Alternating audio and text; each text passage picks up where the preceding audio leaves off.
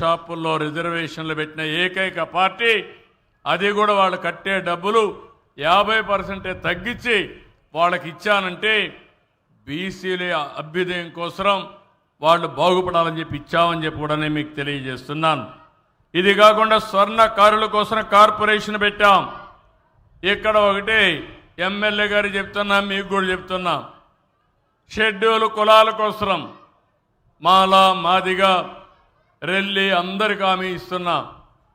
అదే మరి గిరిజనులకు హామీ ఇస్తున్నా. మీ ఇంటి పైన సోలార్ పెట్టుకోండి, రూఫ్ టాప్ ఉంటే పెట్టుకోండి, మీరు ఒక్క పైసా ఇవ్వక్కర్లేదు, మేమే ఖర్చు పెడతాం, ఉచితంగా మీకు కరెంట్ ఇచ్చే బాధ్యత నేను తీసుకుంటానని హామీ ఇస్తున్నా.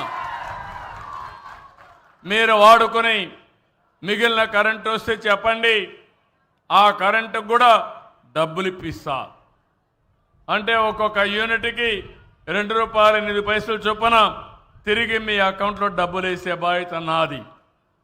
ఒకప్పుడు ఎండ లేనప్పుడు కరెంటు రాదు, రానప్పుడు గవర్నమెంట్ ఇస్తాం. మీరు బాగా ఎండున్నప్పుడు కరెంటు వస్తుంది, దాన్ని మళ్ళా డిపార్ట్మెంట్కి ఇస్తే స్వాపింగ్ కూడా చేస్తామని చెప్పి నేను మీకు తెలియజేస్తున్నా. బీసీలందరికీ హామీ ఇస్తున్నాం.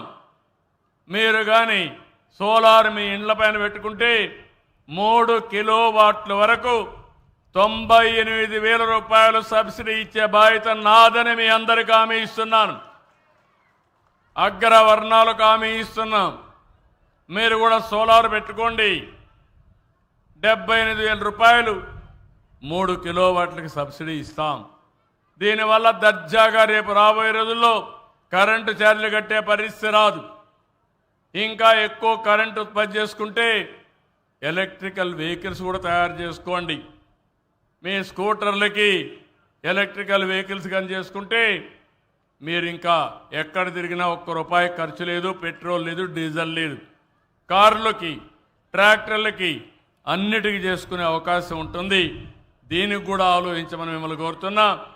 ఒక్కొక్క నియోజకవర్గానికి 10,000 ఇండ్ల పైన సోలార్ పెట్టాలని చాలా స్పష్టంగా చెప్పాను.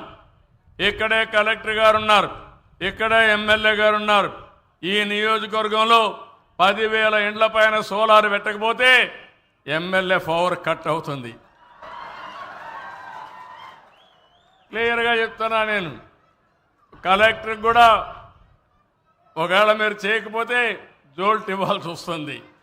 కాబట్టి ఏం చేస్తారో నాకు తెలియదు.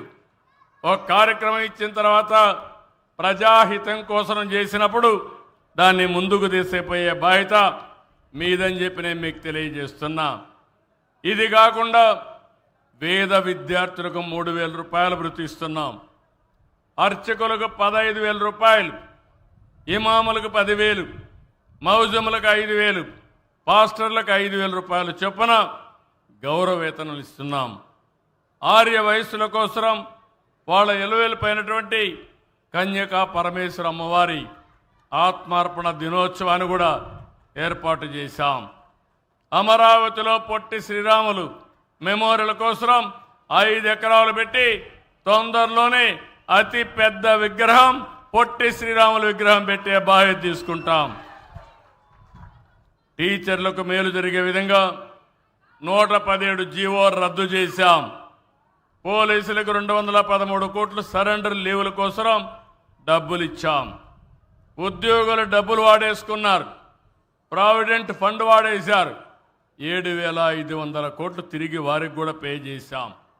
అంగన్వాడీ ఆశాలకు 1,50,000 మేర లబ్ధి చేకూరేలా గ్రాట్యుటీ ఇచ్చాం.